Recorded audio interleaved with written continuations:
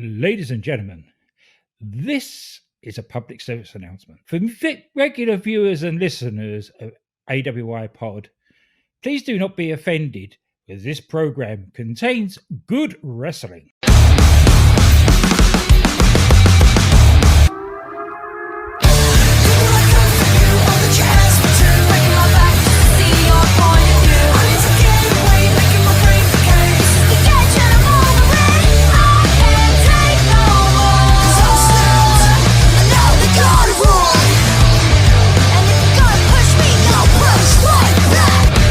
Hello, everybody, and welcome back to another episode of A Cup of UK Harris. This is the 12th episode of this show that we do here. I am your host, Brent Piles, and as you know, I can't do these by myself because I probably wouldn't sound very good at all.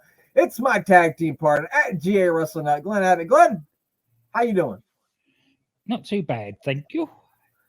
That's right.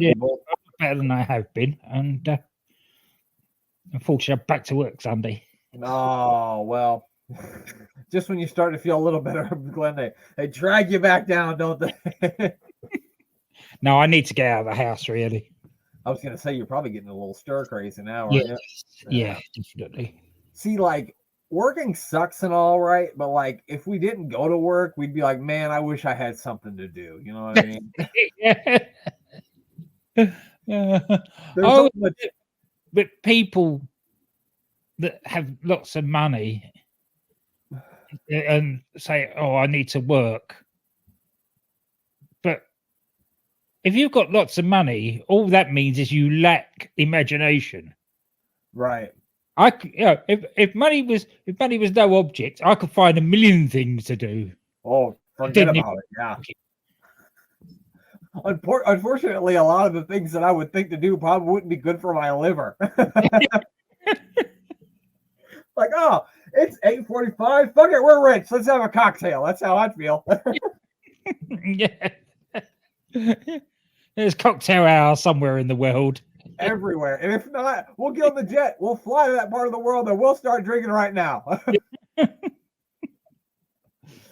what I would do, Glenn. Talk everywhere. So there was a movie called Arthur, and I believe I saw the remake of it with Russell Brand. I didn't see the Dudley Moore version, right? Dudley Moore was in that movie. Brilliant, yeah. So I saw the version with Russell Brand, and I thought that was really funny too. And I think it's just because I find Russell Brand hilarious because I find all British people hilarious because everything you guys say is so fucking funny.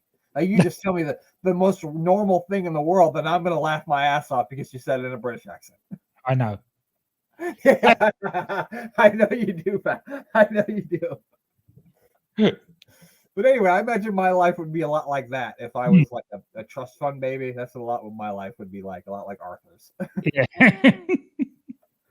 Dead by 45, so it's probably good that I didn't grow up with a lot of money. So,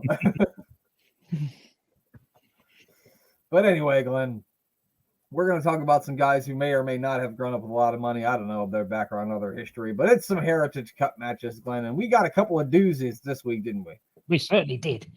Sad though, isn't it? We've only got one more week. I think it's two more. Is it two more? I could be wrong on that, but I believe we've got 4 more matches left. Let me look at my list here. Yes. After this one, we've got 4 more matches left. So we got 2 more. 2 more weeks. Yep, we got 2 more weeks of this one. I'm a little bit sad about that too, Glenn, because as you know, I came into NXT UK really late. You and Jeremy talked me into it, listening to Piece of Business. Mm-hmm. And I really miss NXT UK, and doing this show with you kind of like brought me back into it again. And so it's kind of sad to see it getting pulled away again, especially when you watch like all the storylines that they're setting up between this and you know the end's coming. You're like, yeah. Oh. Yeah. Yeah, especially over the next couple of weeks. There's certain things that happen quickly, which shouldn't have happened quickly. Yeah, unfortunately. And we never got to find out who Tiger Teray was, Glenn. We never found out. It's one of those life's mysteries, like who is Mr. America? We will never know. That's true. That's just something we'll never figure out. But also, right now it's Friday. We're recording this a little bit late, and you're going to get it a little bit late. And tonight we're going to be watching more of WrestleMania 9. And so I went and I looked at like just to see like how much time is left in all the matches that we have to watch. And no spoiler alert, but the Narcissist Lex Luger and Mr. Perfect match gets 10 minutes and 56 seconds. So that's going to be brutal. Oh, why? Why does it have that much? Anyway, Glenn, let's talk about a match that wasn't brutal. It was a Heritage Cup Championship match. It's the former champion A-Kid against the current champion Noam Dar. I mean, I think we can both agree on this. These guys are the two best Heritage Cup competitors in NXT UK history. Oh, yeah. Yeah. And let's hope that somewhere down the line, Noam Dar gets a chance to have a Heritage Cup match against Axiom, because I think Axiom would be pretty good as well.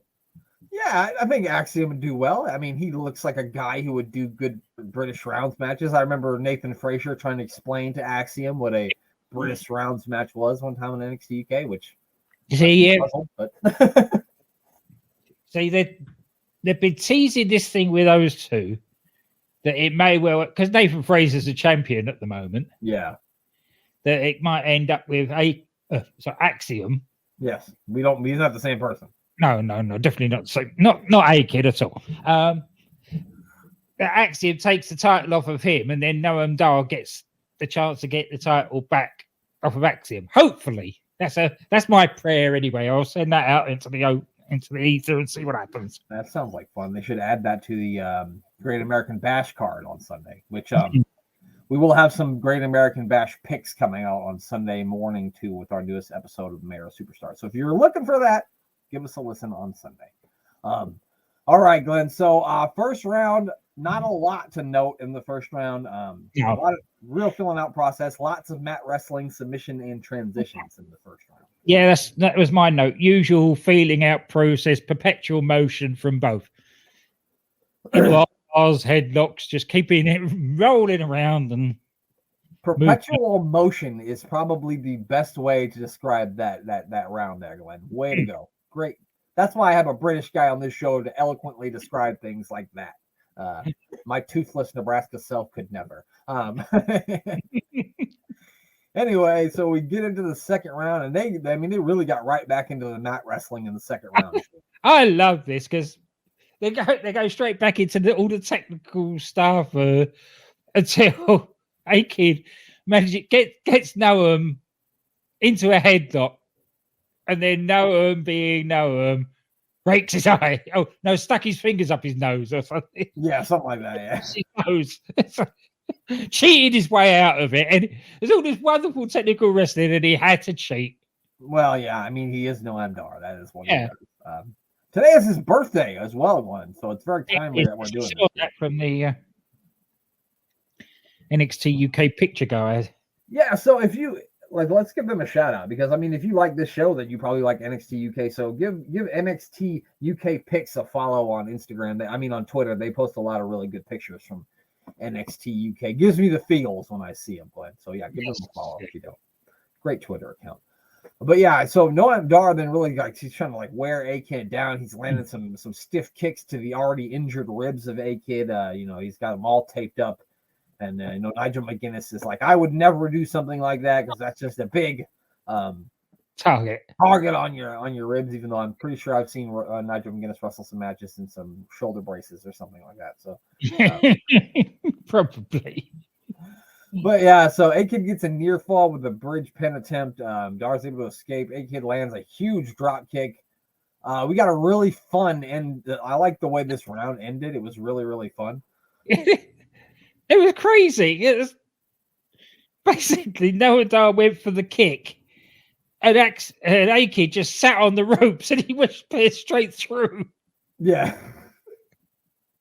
He crashes all the way to the floor, and my favorite part is the bell rings and Dar's crash on the floor, and A-Kid gives him the pinkies like Noam Dar likes to do. With that was really good. And that's how the round ends. Yeah, a really interesting end to the round. And that's what the funnest thing about these matches are, is the ends of the rounds are usually so well done. I mean, sometimes it just ends out of a normal thing, but some of them are so well done like that. And it builds more to the story in the match, you know what I mean? And so we head into the third round, and Glenn, they weren't fucking around this round, were they? They came out throwing. Yeah, they were definitely throwing. It's good old fashioned kicks and punches that you expect from any NXT UK match. Yeah, they definitely got into the super physicality of the match during this round. Dar catches A-Kid on the apron. He pulls him into the ring like he's gonna do like that Randy Orton sort of like DDT from the second rope, but instead he just drops A-Kid. A-Kid catches himself with his hands, and then Dar hauls off and just kicks him right in the chest. Yeah. Which, because when he pulled him in, I was like, well, what's he going to do from here? And then he drops him, and I'm like, well, why did you drop him? And then he just kicked his shit out. Yeah. Volleyed him on the way down. Yeah, it was like he was trying to put one in the back of the net. Yeah. Yeah, some really good strikes from Dar in this round. Dar goes for a Nova Roller, but A-Kid blocks it. And when A-Kid sticks his hands up to go for the block, Dar immediately takes out the leg, and then he's able to hit the Nova Roller, and he does get the pin. And Noam Dar with an early lead. Usually we see him down in these matches, so it's interesting when you get to see him with a lead. And then we head into the fourth round. Yes. A-Kid trying to get the Uma Plata on. Yep. He's getting Dar down and trying to... Dar's fighting for his life, basically. Well, he beautifully countered it into a roll-up that got a 2 count. Mm-hmm. Until you see that he was actually holding A-Kid's tights. Of course he was. Of course he was. Yeah, A-Kid goes for a dive out of the ring too, and of course Shaw Samuels on the outside pulls Dar right out of the ring, and A-Kid just crashes right into the barricade. Perfect timing. Well, he wiped out Shaw as well. Yeah, that's right. He didn't hit the barricade. He hit Shaw. Shaw moved him, and he knocked Shaw down. That's right. Then A-Kid almost is counted out, but he makes it in right at the count of 9. He then eats a big back elbow from Noam Dar, but that only gets a 2 count, which in my notes I wrote only gets a 3 count, as if you had to get a 5 count, so that's not right.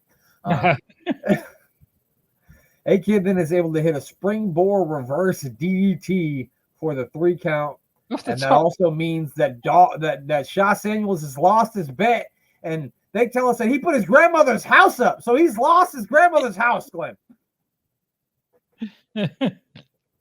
And it's not going to get any better for him, is it? No, he's not going to learn his lesson.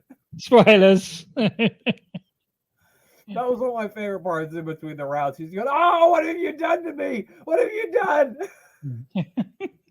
Unfortunately, unless I think no, it's too much work. Because I was thinking a lot of the story at Shaw Samuels between now and the end wasn't actually within. Although that it was all caused by the Heritage Cup. Right. A lot of it were week-to-week things. Yeah, that was a really well-told story, and we'll talk about it when we get to the very last match of this show. But yeah, it was an awesomely told story of Shaw Samuels losing everything. So we head to the 5th round, and now we are all tied up 1-1. A-Kid hits it wasn't like a superplex. It was like a fall away suplex from the top rope. And in a match like this, though, Glenn, that only gets a 2 count. Yeah. Yeah. This was a strange round. It was very quick. 3 minutes just seemed to go nowhere. Yeah. There was a lot of near falls. Obviously, because they were selling it in the commentary of the jeopardy of the next fall wins it. Right. And it was a great bit of storytelling, but the reason I was waffling is because I couldn't keep up with my notes. Oh, well, yeah. This was one of those rounds where there was a lot of transitions, there was a lot of submission reversals, there was a lot of pending reversals, and when you get around like that, it's hard to sit here and try to write out notes for submission transitions and pin reversals. It just isn't easy to do. Yeah, that's what I put. My notes were good transitions between submission holds and a big German suplex from A-Kid that launched Noam across the ring. Yeah, I really did. That was a beautiful German suplex. Yeah. I wrote basically the same thing. Both guys did a lot of great submission transitions in this round. It was a lot of fun, and it was a really good round. But like I said, some of these are just hard to take notes on because they are so good. Yeah. And so we head into the 6th and the final round. Both guys open up the final round just unloading uppercuts, European uppercuts on each other, one after the other, one to the other, one to the other, back and forth. Well, it's like the final round in a boxing match where everything's really tight and it both come out swinging for this. Yep. A-Kid does a dive out of the ring and he takes out Shawn Samuels on the outside. A-Kid then locks in a heel hook, but Dar is able to get to the ropes. Dar hits one of his big back elbows. Only gets a 2 count now that we're down to just 1 minute left. Which I think if I'm Noam Dar, I would have just rolled out of the ring and ran around the ring as fast as I could, sliding in and out. But that's not what he did. No. Yep, there was a flying super kick from A-Kid. He so went like a missile. Yeah, and it was at the time like Dar was running at him for a Nova roller, and then like out of nowhere, it was just like pow! He kicked the shit out of him. And the precision on those flying kicks by A-Kid, he's just so goddamn good. And that kid's like, he's 25 years old? Yeah. That's insane. It's insane. With 30 seconds left, the guys start trading punches. Dar goes for a roll-up, but A-Kid is able to transition into the Umapalata, but he's not able to lock it in all the way until there's only about 8 seconds left on the clock, and then Dar never taps. The match ends. 3, 2, 1, and we get our first draw in Heritage Cup history. And that's right. And if the championship is on the line, then that means that this ends in a draw, and Noam Dar will retain the Heritage Cup championship. And Glenn, these guys facing each other in a Heritage Cup championship, it only could have ended in a draw. It had to be a draw. Yeah. No, it's 1 and 1A, as you say, of the Heritage Cup. So there's nothing between them. Draw's a fair result. Absolutely. And if we did like a power ranking of these matches, that match is probably going to land in my top 3, I would think. Yeah. Where it's going to end when it's all said and done. We got a next match, a little bit of a flavor, same Noam Dar, but we get a different opponent. It's Mr. Joe Coffey from or Kofi, as they say on NXT now, I think is what they call him. He's looking very unkept lately, isn't he, on NXT? He's locked in a trunk? Sorry? Was he locked in a trunk? Yeah. Okay. Fine. Yeah. Stacks. Yeah, when Tony D'Angelo was locked up, but he's not anymore, right? Okay, all right. Usually mob bosses do a little more than 4 months in jail. Anyway, what do I know about it? It all came out that it was Gallus that was stitched him up. Oh, goddamn fucking snitches. Anyway. They had to admit to it because Stacks beat Coffey.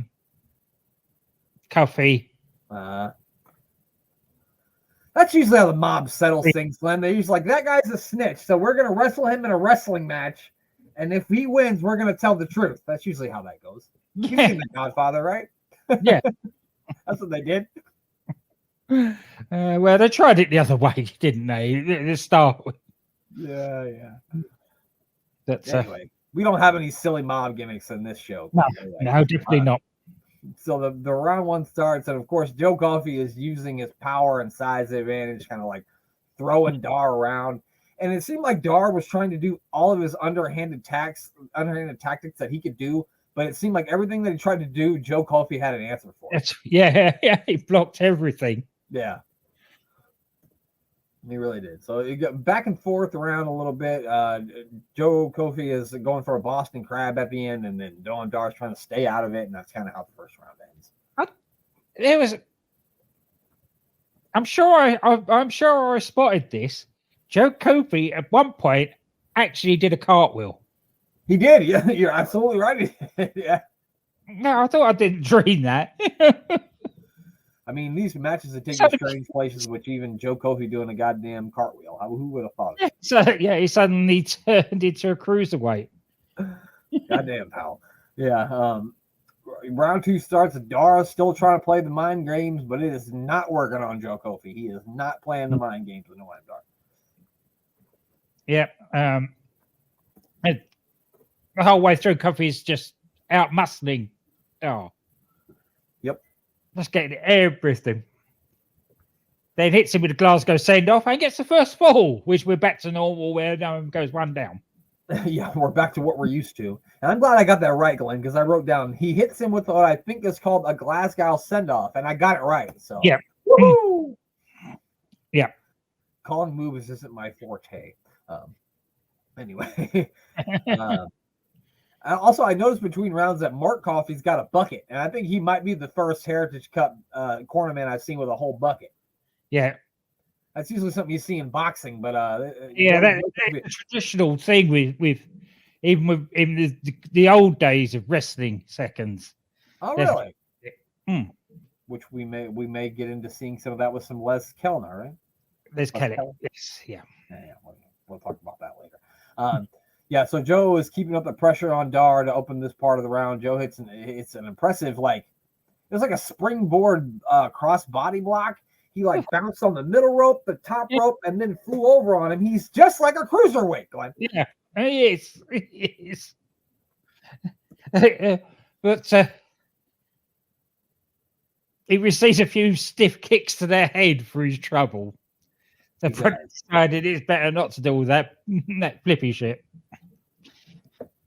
Yeah, definitely. Shar Samuel's also able to get Joe Coffey's attention when he's up on the apron, and then that's when Dar lands a couple of kicks to the head.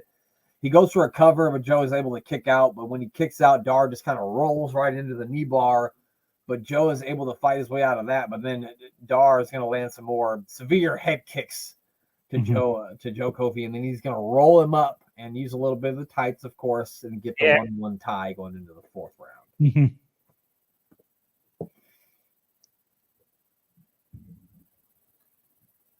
We go into the fourth round with more kicks.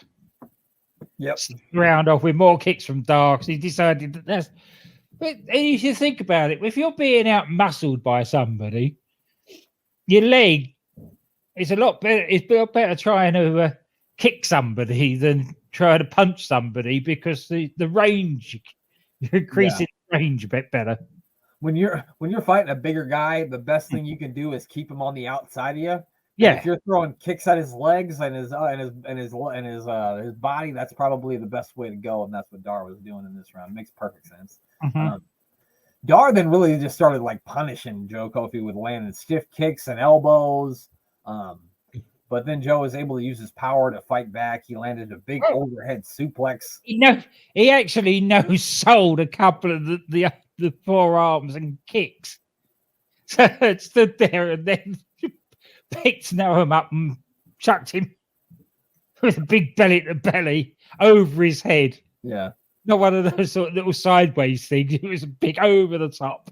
Yeah, there was no sideways about this. He went all above his head, yes. Noam Dar saw the top of Joe Coffey's head as he flew over top of him. Yes.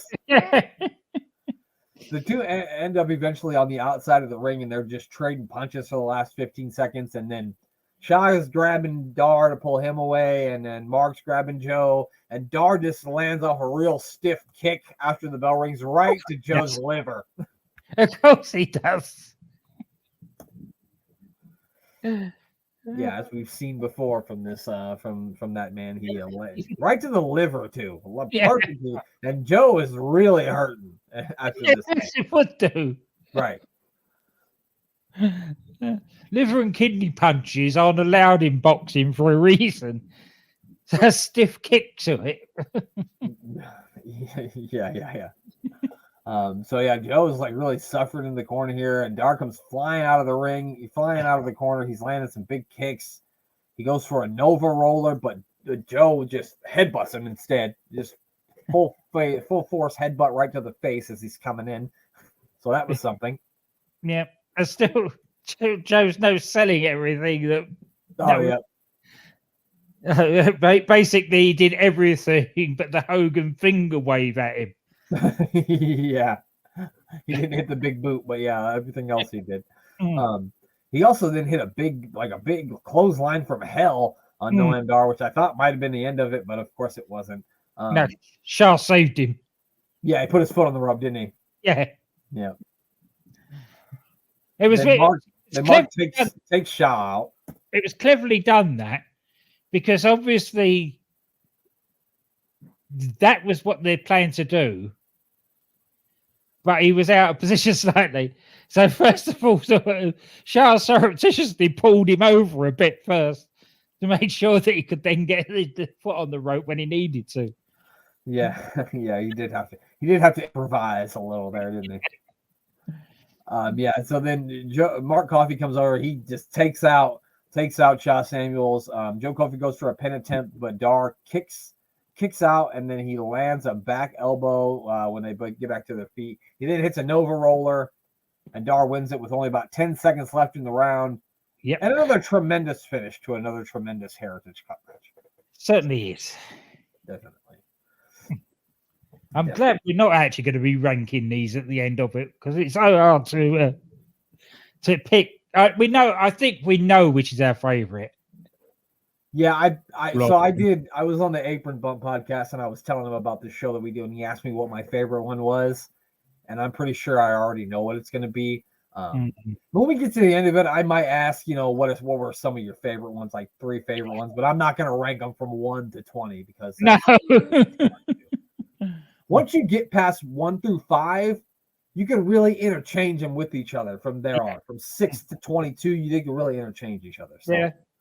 They're all such high quality matches. And as we always said when we watched them first time around on Piece of Business, all so different. Yeah. Yep. They all have very clever endings, and they're never the same. No. Never the same. And just when you think you got it figured out, Glenn, they switch it on you. You got shit figured out. Yeah. Mm-hmm. Well, Glenn, that's going to do it for this edition. Who do we need to plug today? Speaking of which, before we do the plugs, I think one of the matches next week is a very unpredictable one, shall we say?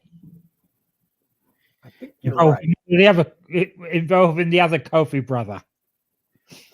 I think that one might be. I don't want to spoil anything here. So, yeah, we do. We do have the other Coffey brother. You're right. So we have next week we'll have Dar defending the cup against Mark Coffey, and then we will have Charlie Dempsey against A-Kid. Now that's not a number 1 contenders match. It's not for the cup. They just had a blood feud, and they decided to settle it in a Heritage Cup match. As you would. I forget all that no holds barred or cage matches or anything. It's a blood feud. We'll have a gentlemanly Heritage Cup match by rounds. If I remember from that match, well, there was nothing gentlemanly about it. It's not a damn thing. It was all pain.